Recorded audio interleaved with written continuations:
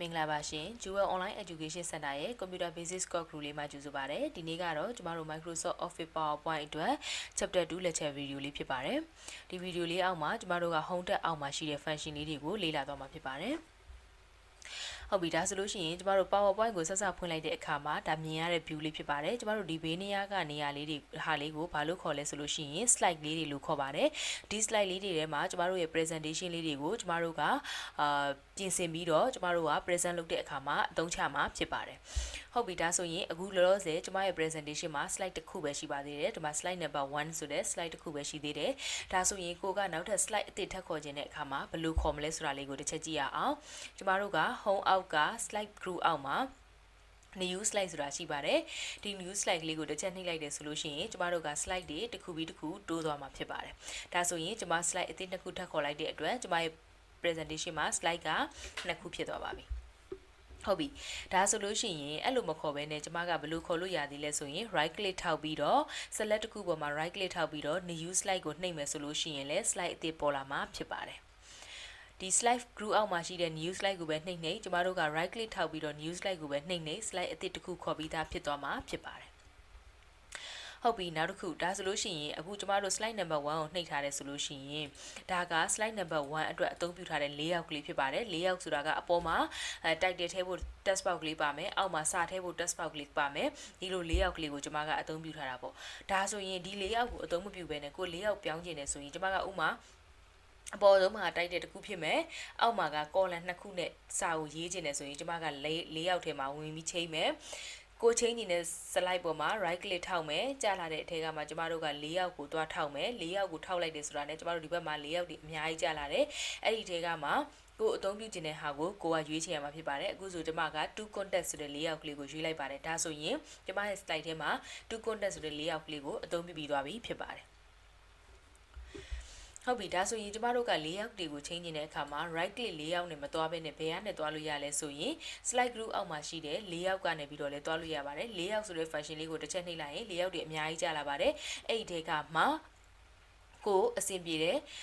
ကိုအသုံးဝင်မဲ့layoutတစ်ခုကိုရွေးချယ်ပြီးတော့ကိုကအသုံးပြုလို့ရမှာဖြစ်ပါတယ်ကိုကဥမာ title only ပေါ့နော်ဒီ slide မှာတော့ကိုကခေါင်းစဉ်သာတစ်ခုသာလင်းထည့်မှာဆိုရင်ကျမတို့က title only ဆိုတဲ့ layout ကလေးကိုရွေးလိုက်လို့ရပါတယ်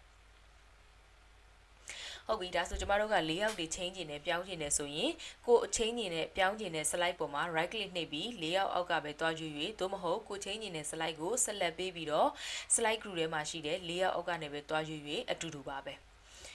ဟုတ်ပြီဒါဆိုရင်တစ်ခါတလေကြားလို့ရှိရင်ကျမတို့ကဘာlayoutမှမလိုချင်တာရှိတယ်လေသူထည့်ပေးထားတဲ့သူ့ရဲ့ default ဘာမှမလိုချင်ဘူးကိုကကိုစိတ်တိုင်းကျဖန်တီးချင်တယ်ဆိုရင်ကျမတို့ကဘာယူရလဲဆိုလို့ရှိရင် blank layout ယူရပါတယ် blank layout ယူလိုက်တဲ့အခါမှာဘာ place holder မှမပါပါဘူးစာရိုက်ရမယ့်နေရာဘာမှမပါပါဘူးအဲ့ဒီနေရာကြတော့မှကိုကကိုစိတ်ကြိုက် text box တွေကိုဖန်တီးလို့ရမှာဖြစ်ပါတယ်ကျမတို့ text box တွေဖန်တီးခြင်းနဲ့ဆိုလို့ရှိရင် insert အောက်မှာရှိတဲ့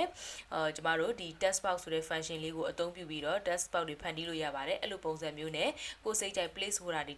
create လုပ်ပြီးကိုစိတ်ကြိုက် layout တွေဖန်တီးလို့ရပါတယ်ဟုတ်ပြီဒါဆိုလို့ရှိရင် new slide ခေါ်တာရဲ့ layout ပြင်ဆင်တာလေးတွေကိုကျမတို့သိပါမယ်ဒါဆိုရင်ကျမတို့ slide တစ်ခုပေါ်မှာright click လေးထိထားလိုက်မယ်ဒါဆိုလို့ရှိရင်အဲ့ slide ကလေးမှာ select ဝင်နေတယ်အဲ့ဒီအချိန်မှာ right click လေးနှိပ်မယ် right click လေးနှိပ်ပြီးတော့ကြာလာတဲ့အထက်ကမှကျမတို့ဒီ function လေးတွေကိုတစ်ချက်ကြည့်မယ်ကျမတို့ new slide function ကိုကြည့်ပြီးduplicate ဆိုတာကိုကြည့်မယ်ပေါ့နော် duplicate ဆိုတာဘာလဲဆိုလို့ရှိရင်ကို select ပေးထားတဲ့ slide ကိုကိုကပွားလိုက်တာဖြစ်ပါတယ်ဟုတ်ပြီဒါဆိုရင်ကျမ slide number 1ကို duplicate လုပ်ပြမယ် duplicate လုပ်တဲ့အခါမှာသိတာဖို့အတွက်ဒီမှာကျမကစာလေးတစ်ခုရိုက်လိုက်ပါတယ် Jewel Online Educationစာသဖြင့်စာလေးတစ်ခုကျမရိုက်လိုက်ပါတယ်ဟုတ်ပြီဒါဆိုရင်ကျမက slide number 1ပေါ်မှာ select ထောက်ထားတယ်ပြီးရင် right click ထောက်တယ် right click ထောက်ပြီးလို့ရှိရင်ကျမ duplicate နှိပ်လိုက်တယ်ဆိုရင်ဘာဖြစ်လဲဆိုရင်ကျမရဲ့ slide number 1နဲ့တပုံစံနဲ့တူတဲ့ slide တစ်ခုကပွားသွားမှာဖြစ်ပါတယ် copy ပွားလိုက်တာနဲ့သဘောတရားချင်းတူပါတယ် duplicate လုပ်လိုက်တယ်ဆိုတာဟုတ်ပြီနောက်တစ်ခုကကြတော့ delete slide ဒီ slide ကိုကျမကမလိုအပ်ဘူးဆိုလို့ရှိရင်ကျမက delete နှိပ်ပြီးတော့ right ကိုအသုံးမဝင်တော့တဲ့ slide ပေါ်မှာ select ပေးထားမယ် select ပေးတယ်ဆိုတာဒီတစ်ချက်သွား click တာကိုဆိုလိုတာပါဒီလို4000ပေါင်ကိုဝင်သွားရင်ဒါ select ဝင်သွားပြီလို့ယူဆလို့ရပါတယ်ဒါဆိုရင်ကျမတို့က right click နှိပ်မယ် delete slide ကိုနှိပ်လိုက်ပါမယ် ဟုတ်ပြီဒါဆိုရင်အောက်က slide တွေကသူ့ဘာသူအပေါ်ကိုတစ်ခုတစ်ခုစီတိုးပြီးတော့တက်သွားမှာဖြစ်ပါတယ်အဲ့လိုမျိုးမဟုတ်ဘဲနဲ့ကျမတို့ကဘာလဲလုပ်လို့ရလဲဆိုရင် keyboard မှာရှိတဲ့ delete ကိုနှိပ်ရင်လည်းရပါတယ် right click delete နဲ့ပဲဖြတ်ဖြတ် keyboard မှာရှိတဲ့ delete ကိုပဲနှိပ်နေကျမတို့ဆက်လက်ပေးထားတဲ့ slide ကပြတ်သွားမှာဖြစ်ပါတယ်ဟုတ်ပြီဒါဆိုရင်နောက်တစ်ခုကကြတော့ကျမတို့ကပဲဒီ slide တွေနဲ့ပတ်သက်ပြီးဘာလေးကိုသိဖို့လိုသေးလဲဆိုရင် hide select ဆိုတဲ့ function လေးကိုသိဖို့လိုပါတယ် hide select ဆိုတဲ့ function ကဘယ်လိုနေရာမှာအသုံးပြုတာလဲဆိုရင်ကျမတို့ကကိုယ့်ရဲ့ presentation အတွက်ကိုယ့်ရဲ့ PowerPoint တွေကိုပြင်ဆင်ထားတယ်ဒါပေမဲ့တကယ်present လုပ်တဲ့အခါမှာဒီအကြောင်းအရာကိုမပြောဖို့မလိုတော့လို့ပဲဖြစ်ဖြစ်မပြောချင်တော့လို့ပဲဖြစ်ဖြစ်ဒီ slide ကိုကိုကထည့်ပြီးတော့ present မလုပ်ချင်ဘူးဆိုလို့ရှိရင်ကျမတို့ကလုံးဝကြီး delete လုပ်ချလိုက်တယ်ဆိုရင်ကိုပြန်လိုအပ်လာတဲ့အခါမှာတခါပြန်လုပ်နေရမယ်ပေါ့နော်ကိုဘယ်လိုပြောရမလဲကိုလုပ်ပြီးသားအလုပ်တစ်ခုဆုံးရှုံးသွားမယ်အဲ့ခါကျတော့ကျမတို့ကဘာလုပ်ထားလဲရလဲဆိုရင်ကိုလုပ်ပြီးသားဟာလည်းမဆုံးရှုံးအောင် present ပြတဲ့အခါမှာလည်းပါမသွားအောင်ကျမတို့က hide slide function ကိုအသုံးပြုလို့ရပါတယ်ဟုတ်ပြီဒါဆိုရင်ကျမဒီမှာအနည်းဆုံး slide 5ချက်ဖြစ်သွားအောင်လို့ကျမ new slide ကလေးတွေထပ်ခေါ်လိုက်တယ်ပြီးရင်ကျမက slide number 3ကို hide slide ဆိုပြီးတော့ကျမရေးလိုက်တယ်ဘာဖြစ်လို့လဲဆိုရင်ကျမ present လုပ်ပြခြင်းလို့ပါเนาะဒါက slide number 2ပေါ့เนาะ slide 2ဘာလို့လဲဆိုတော့ကျမတို့ကဘာစာမှရှိမနေတာဖြစ်တဲ့အတွက်ကျမ present လုပ်ပြတဲ့အခါမှာ slide show သွားတဲ့အခါမှာ slide တွေရွေ့သွားတာကိုမမြင်တာမှဆိုလို့ပါဒီမှာကတော့ blank ဖြစ်နေတဲ့အတွက်ကျမတခုခေါ်လိုက်တယ်file နဲ့ပေါ့sorry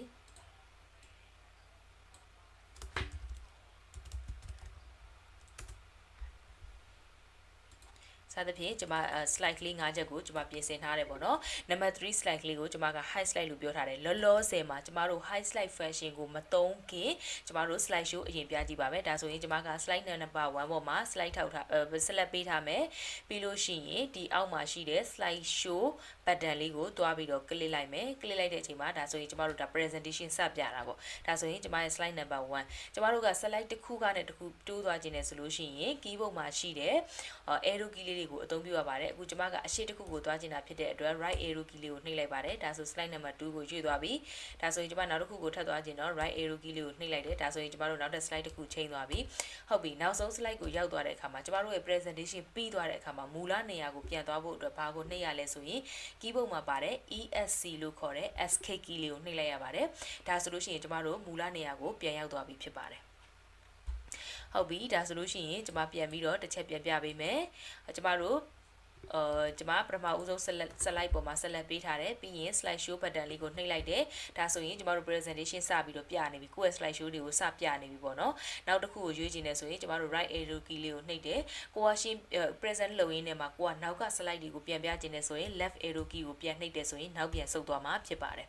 ဟုတ်ပြီဒါဆိုရင်ဒီမှာ hide slide ကကျွန်တော်တို့အသုံးမပြုတာသေးတာဖြစ်တဲ့အတွက်ဒီ slide ကိုဖော်ပြနေတော့ပေါ့နော်အားလုံးပြီးသွားပြီဆိုရင်ကျွန်တော်တို့က keyboard မှာရှိတဲ့ ESC ဆိုတဲ့ escape key လေးကိုတစ်ချက်နှိပ်လိုက်ပါဒါဆိုရင်မူလနေရာကိုပြန်ရောက်သွားမှာဖြစ်ပါတယ်ဟုတ်ပြီဒီတစ်ချိန်မှာတော့ကျွန်တော်တို့က number 3 slide ကလေးကို hide slide လုပ်ထားပါမယ် number 3 slide ပေါ်မှာတစ်ချက်ထောက်လိုက်တယ် select ဝင်သွားတဲ့အချိန်မှာ hide slide ကိုနှိပ်လိုက်တယ်ဒါဆိုရင်သူ့ရဲ့ပုံစံမှာကူကလေးက number 3 slide ကလေးကိုကျမတို့ကမြင်းဖြက်ကလေးနဲ့ပြပေးပါတယ် hide လုပ်ထားတယ်ဆိုတဲ့သဘောပေါ့နော်ဟုတ်ပြီ hide လုပ်ပြီးကမှကျမက presentation ပြန်ပြပါမယ်ဒါဆိုရင်ကျမရဲ့ slide number 1ကိုသူပြပေးတယ်2ဟော slide number 3ကိုကျော်သွားပါတယ်ကျော်သွားပြီးတော့ကျမတို့နောက် slide တွေကိုရောက်သွားပါတယ်ဆိုလိုချင်တာကကျမတို့ရဲ့ presentation ထဲမှာတော့ကိုက slide တွေကိုထည့်ပြင်ထားတယ်တကယ် present လုပ်တဲ့အခါမှာပြဖို့မလိုအပ်တော့ဘူးဆိုရင်အပြီးဖြတ်ချလိုက်စရာမလိုပါဘူးကျမတို့ hide slide လုပ်ထားလို့ရပါတယ်ဟုတ်ပြီဒါဆိုလို့ရှိရင်ကျမကဒီ new slide duplicate slide delete slide layout အကြောင်းကိုပြောပြပေးခဲ့တာဖြစ်ပါတယ်အခုနောက်ထပ်ကျမဘာကိုထပ်ပြောပြမလဲဆိုရင် slide တွေကို copy paste လုပ်တာလေးကိုကျမပြောပြချင်ပါတယ်ကျမတို့က slide တွေကို copy လုပ်ချင်တယ်ဆိုရင်ကို copy လုပ်ချင်တဲ့ slide ပေါ်မှာတစ်ချက် click လိုက်မယ် select ဝင်သွားတဲ့အချိန်မှာကျမတို့ copy လုပ်ပါမယ် copy လုပ်တဲ့အခါမှာ clipboard group ထဲမှာရှိတဲ့ copy ဆိုတဲ့ function ကိုသွားနှိပ်ရင်လည်းရတယ် right click နှိပ်ပြီးတော့ copy ကိုယူလဲရတယ်သို့မဟုတ်ကျမတို့တီးခဲ့တဲ့ shortcut အတိုင်း keyboard ကနေပြီးတော့ control နဲ့ C နဲ့ကိုတွဲနှိပ်ရင်လည်းရပါတယ် ဟုတ်ပြီဘယ်လိုနီးလန်းနဲ့ပဲဖြစ်ဖြစ်နီးလန်းတစ်ခုနဲ့ copy ယူပြီးပြီဆိုလို့ရှိရင်ကျမတို့ကဘယ်နေရာမှာထားချင်တာလဲအောက်ဆုံးမှာထားချင်တာဆိုရင်အောက်ဆုံးမှာသွားပြီးတစ်ချက် click လိုက်ပါ click ပြီးတော့ကျမတို့က paste လုပ်ပါမယ် keyboard clipboard group မှာရှိတဲ့ paste ကိုနှိပ်ရင်ရတယ်လို့ right click နှိပ်ပြီးတော့ paste ကိုရွေးရင်လည်းရတယ် keyboard ကနေ shortcut ဖြစ်တဲ့ control နဲ့ v နဲ့ကိုနှိပ်လိုက်တယ်ဆိုလို့ရှိရင်လည်းကျမတို့က paste လုပ်ပြီးသားဖြစ်သွားမှာဖြစ်ပါတယ် copy cut paste ကတော့ကျမတို့ shortcut ကလေးကိုပဲများများသုံးပါလို့အကြံပေးချင်ပါတယ် control c control v control a control v စသဖြင့်ကျမတို့သုံးရင်းနဲ့အလုပ်မှတ်မိသွားပါလိမ့်မယ်ဟုတ်ပြီအဲ့လိုမှမဟုတ်ဘဲနဲ့ကျမက slide number 1ကို copy ယူမယ်ကျမ control c နဲ့ copy ယူလိုက်တယ် slide number 3နဲ့ 4 ကြားမှာထားခြင်းနဲ့ဆိုရင်ကျမ slide number 3ကို select ပေးလိုက်တယ်အဲ့ဒီအချိန်မှာကျမက control v ကိုနှိပ်လိုက်တယ်ဆိုရင်ကျမ copy ကူးလိုက်တဲ့ select လေးဒီကျမ select ပေးထားတဲ့ slide ရဲ့အောက်မှာဝင်သွားမှာဖြစ်ပါတယ်အဲ့ပုံစံမျိုးနဲ့ကိုစိတ်ကြိုက် slide တွေကို copy ကူးလို့ရပါတယ်ဟုတ်ပြီဒီတစ်ခေါက်ကြာရင်ကျမကဘာ function ကိုပြောပြမလဲဆိုရင် cut ဆိုတာကကြတော့ copy ဆိုတာဒီကျမတို့ပွားသွားတာ cut ဆိုတာကကြတော့အပီးဖြတ်ထုတ်လိုက်တာမူရင်းနေရာနဲ့အပီးဖြတ်ပြီးတော့ကိုရွှေ့လိုက်တဲ့နေရာကိုပဲရှောက်သွားမှာဖြစ်ပါတယ်ဟုတ်ပြီဒါဆိုရင်ကျမက number 1 slide ကလေးကို cut လုပ်ပြပါမယ်ကတ်လုပ်ဖို့အတွက် number 1 slide ပေါ်မှာတစ်ချက်ထောက်လိုက်ပါတယ်ဆက်လက်ဝင်သွားတဲ့အချိန်မှာကျမက cut function ကိုယူပါမယ် clipboard က cut ကိုနှိပ်ရင်လည်းရတယ်လို့ right click နှိပ်ပြီးတော့ cut ကိုယူရင်လည်းရပါတယ်ဒါမှမဟုတ်ကျမတို့ shortcut key ဖြစ်တဲ့ control နဲ့ x ကိုနှိပ်လိုက်တယ်ဆိုရင်လည်း cut ဖြစ်သွားမှာဖြစ်ပါတယ်ဒါဆိုရင်ကိုကဘယ်နေရာမှာထားမှာလဲအခုကျမက slide number 4နဲ့ 5 ကြားမှာထားချင်တာဖြစ်တဲ့အတွက် slide number 4ကိုတစ်ချက်ထောက်လိုက်ပါတယ်ပြီးလို့ရှိရင်ကျမက control နဲ့ v နဲ့ကိုနှိပ်လိုက်ပါတယ်ဒါဆိုရင်အပေါ်ဆုံးက slide number 1ကိုလုံးဝဖြတ်ထုတ်ပြီးတော့ကျွန်မထားလိုက်တဲ့ paste လုပ်လိုက်တဲ့နေရာမှာရောက်သွားတာဖြစ်ပါတယ်ဒါကကျမတို့ slide ကလေးတွေကို copy cut paste လုပ်တဲ့ function လေးတွေအကြောင်းကိုကျွန်မအသုံးပြုပေးသွားတာဖြစ်ပါတယ်ကျမတို့အရှိ test တွေကိုအရှိက Office Word ပါသုံးခဲ့သလိုပဲ test တွေကို copy cut paste လုပ်သလိုပဲ slide တွေကိုလည်း copy cut paste လုပ်လို့ရပါတယ်ဟုတ်ပြီဒါဆိုလို့ရှိရင်ကျွန်မ home အောက်မှာရှိတဲ့ clipboard group လေးရဲ့ slide group လေးရဲ့ကိုပြောပြပေးခဲ့တာပါနောက်ထပ်ကျွန်မပြောပြပေးခြင်းတဲ့ group လေးကတော့နောက်ဆုံးမှာရှိတဲ့ editing group လေးဖြစ်ပါတယ် editing group အောက်မှာ find replace နဲ့ select ဆိုတဲ့ function သုံးခုပါပါတယ် select ကတော့ကျွန်မတို့ mouse ကနေပဲ select လုပ်ပါတယ်စာတွေကို select လုပ်မယ်ဆိုလို့ရှိရင်လည်းကျွန်မတို့က place holder ပေါ်မှာတစ်ချက်သွား click ပြီး select လုပ်တာရှိတယ် mouse နဲ့ဖိဆွဲပြီး click select လုပ်တာရှိတယ် keyboard ကနေပြီးတော့ shift နဲ့ arrow key တွေကိုအသုံးပြုပြီးတော့ select လုပ်တာရှိတယ်ဒါတွေကိုကျွန်မ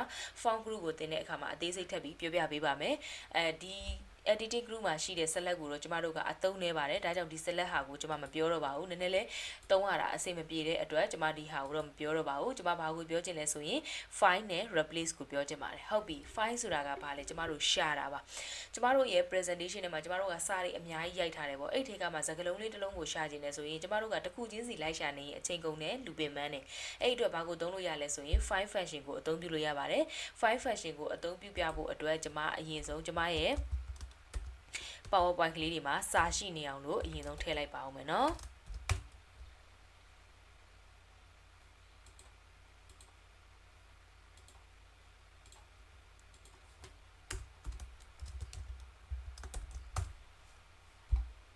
ဟုတ်ပြီဒါဆိုလို့ရှိရင်ကျမရဲ့ presentation မှာ file လုပ်မယ်ပေါ့ရှာတစ်ခုခုကိုကျွန်မရှာခြင်းနဲ့ဆိုရင် file function ကိုသုံးမယ် file function ကိုသုံးဖို့အတွက် home tab အောက်မှာရှိတဲ့ editing group တွေက file ကိုတစ်ချက်သွားကလစ်လင်ရတယ်ဒါမှမဟုတ်ရင် keyboard မှာရှိတဲ့ control နဲ့ F နဲ့ကိုတွဲနှိပ်လိုက်ရင်လည်းရပါတယ်ဟုတ်ပြီဒါဆိုရင် file box ကလေးကြာလာမယ်အဲ့ဒီတဲကမှ file what ဘာကိုရှာခြင်းတာလဲကိုရှာခြင်းတဲ့ဟာကိုဒီမှာရိုက်ထည့်ပါအခုကျွန်မကbrown ဆိုတဲ့စကားလုံးလေးကိုရှာမယ်ပေါ့နော် brown ဆိုတဲ့စကားလုံးလေးကိုရိုက်ထည့်လိုက်တယ်ရိုက်ထည့်ပြီးတော့ကျွန်မက find names ကိုနှိပ်သွားမယ်ဟုတ်ပြီဒါဆိုလို့ရှိရင်ကိုရှာလိုက်တဲ့စကားလုံးကိုတွေ့ပြီဆိုရင်သူက highlight ကလေးနဲ့ပြပေးပါတယ်ဒါဆိုရင်ကျွန်မဒီနေရာမှာ brown ဆိုတဲ့စကားလုံးကိုတွေ့ပြီပေါ့ဟုတ်ပြီဒါဆိုလို့ရှိရင်ကျွန်မက brown ဆိုတဲ့စကားလုံးကိုဘာလုပ်ချင်တာလဲဖြတ်ချင်တာလားပြောင်းချင်တာလားပြင်ချင်တာလားကိုကြိုက်တာလုပ်လို့ရတယ်အဲ့လိုမျိုးထပ်ရှာခြင်းနဲ့ဆိုရင် find names ကိုနှိပ်နေပြီးတော့ရှာသွားလို့ရပါတယ်အားလုံးပြီးပြီဆိုရင်တော့သူကပြီးကြောင်း message ပြမယ်ပေါ့နော်ဒါဆိုရင်ကိုရှာခြင်းတဲ့နေရာရောက်ပြီးကိုအလုပ်ချင်တဲ့အလုပ်ပြီးပြီဆိုလို့ရှိရင်ကျွန်မတို့က close ကိုနှိပ်ပြီးတော့ပိတ်လိုက်ရုံပါပဲဒါကကျမတို့ find function ကိုအသုံးပြုတာပါနောက်တစ်ခုကကြတော့ replace ဆိုတာကကြတော့ကျမတို့ရှာယုံနေမဟုတ်ဘဲနဲ့ကိုရှာလိုက်တဲ့စကားလုံးနေရာမှာတစ်ခုခုကိုကအစားထိုးခြင်းတဲ့အခါမှာ replace function ကိုသုံးပါတယ် replace function ကိုသုံးဖို့အတွက် editing group အောက်မှာရှိတဲ့ replace ကိုတွားနှိပ်ရင်လည်းရတယ်လို့ကျမတို့ keyboard မှာရှိတဲ့ control နဲ့ h နဲ့ကိုတွဲနှိပ်လိုက်ရင်လည်းရပါတယ်ဒါဆိုရင် replace ပေါက်ကြလာမှာဖြစ်ပါတယ် replace ပေါက်မှာတော့ကျမတို့က find what ဘာကိုရှာချင်တာလဲ replace with ဘာနဲ့အစားထိုးချင်တာလဲဆိုတာကိုဖြည့်ပေးရမှာဖြစ်ပါတယ်အခုကျမက find what မှာ brown ကိုရှာမယ် replace မှာကျမက black နဲ့အစားထိုးမယ်ပေါ့ဒီလိုပုံစံမျိုးနဲ့ကျမက